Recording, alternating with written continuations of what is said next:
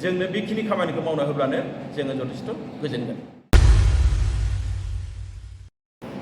दिनै मिरु बर' थुनलाइ आफादनि मोनसे जोबोद गोनांथार मेल जोंनि गुवाहाटियाव थानाय हारिमुवारि, थुनलाइयारि आरो समाजारि जि बिथांखि बेवहाय जालांदों आरो बे मेलाव बर' थुनलाइ आफादजों लोगोसे बर' थुनलाइ आफादनि जायफोर लोब्बा आफाद जेरै बर' फरायसा आफाद आरो लोगोसे जोंनि गुदि बर' फोरोंगिरि आफाद बिथांमोनाबो बाहागो लायो आरो बे बाहागो लानायनि गेजेरजों दिनै जोबोद गोनांथार आयदा जाय आयदाखौ जों बयबो मिथिगौ जे आसाम सरकारा माने बर' बिजों बा असमिया बिजों बा बिमा रावनि बिजोंनि फरायसालिफोराव बिगियान आरो सानखान्थि आयदायाव इंराजि जि जाबसिनना होनाय इंराजि रावनि जि खालामनाय बिनि सायाव जोबोद गोथौ आरो गुवारै सावरायो आरो सावरायनायजों लोगोसेनो दिनै जोङो मोनसे बाथ्राखौ जयैनो जों बयबो बुंदों जे आसाम सरकारा बिथांमोननि जि मोनसे बिथांखि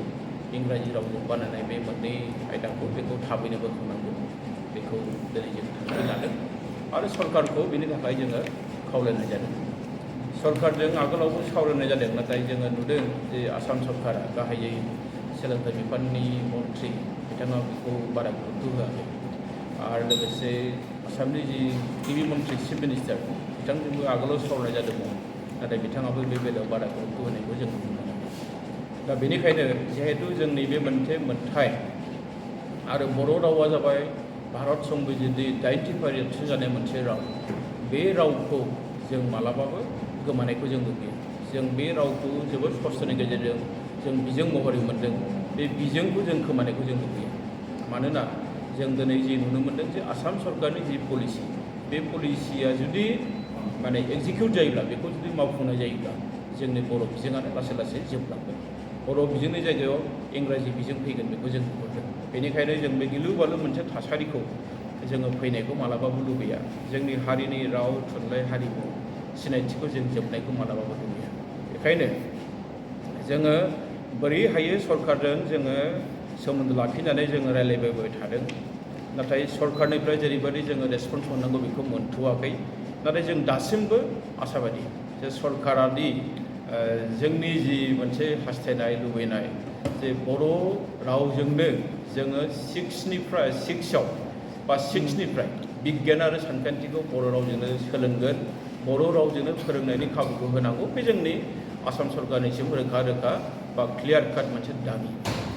जों बेवहाय खुनु कमप्रमाइज खालामनो लुबैयाखै। दिनै गोदान सोलोंथाइ बोसोरा जागायनाया 6 मास जागायबाय बा हाफ इयारलि एग्जाम जानोसै बे समसिमहाय बर' बिजोंनि लेखाखौहाय दासिमबो आसाम सरकारनिफ्राय होगोन बायदिखौ नुवाखै। बे बेलायावहाय मा बुंगोन? जों बेखायनो दिनै सावरायदों।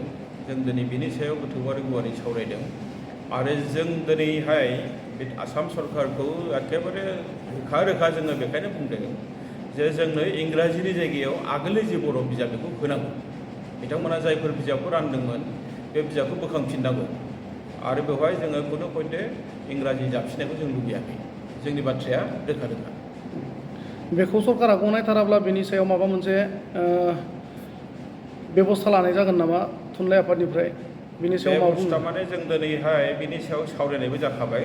जोङो सरकारा खोनासङैनि खोथा गैला। जोङो फैगौ 9 जुननिफ्राय जोङो गाहायै मोननै हाबाफारि जों लानो थाखाय आवगायदों आरो बे मोननै हाबाफारि जाहैबाय माने मोनसे जाबाय 9 जुनाव जोंनि गंफ्रोमबो बर' बिजोंनि फरायसालिफोरनि फरायसा आरो फोरोंगिरिफ्रा गोसोम बेज गाननानै मोनसे खुद्रिनायखौ जों दिन्थिगोन जे आसाम सरकारनि जोंनि सायाव मोनसे जाबसिननानै होनो नागिरदों।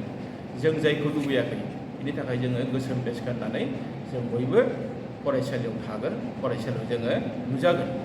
बेजों लोगोसे सरकारा जुदि आरो जोंनि दाबि दावानि फारसे जुदि गोसो होथाराबा जोंजों जुदि बिथांमोना खुनु रायज्लायनायनि गोसो गैयाबा जों आरो लाबावदों जे फैगौ 15 जुनाव जोङो फुंबिलि 11 रिंगानिफ्राय बेलासे 1 रिंगासिम मोनफ्रोमबो जिल्लानि गाहाय मावख'आव धरना हाबाफारि लानाय जादों।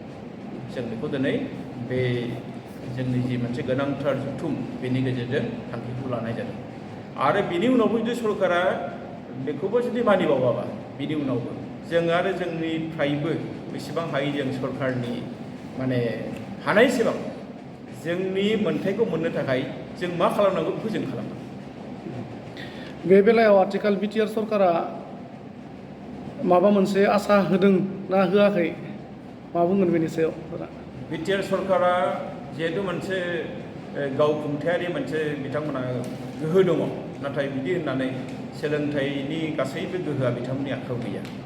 अब्लाबो जोंहा बिसास दङ जे बिटिआरनि जि गाहाय खुंगिरि जोंनि मानिजाथाव प्रमद बर' बिथाङा जे आसाम सरकारनिसिम बा आसाम सरकारनि गिबि मन्थ्रि बिथांनो मोजां मेसेजखौ होगोन जे जोंदि बिथांमोननो सावरायनायनि जि मोनसे जों जेखौ हास्थायदों, जों जेखौ हास्थायदों जे इंराजिनि जायगायाव बर' जानांगौ, बे बाथ्राखौ जाहाथे बिथांमोना आसाम सरकारनो थाबैनो मिथिहोयो। जों मिथिगौ जे बिटिआर सरकारा बे बिथिङाव मावनो हानाय बारा गोहो गैया, बेखायनो जोंनो बेखिनि खामानिखौ मावना होब्लानो जोङो जथेस्थ' गोजोनगोन।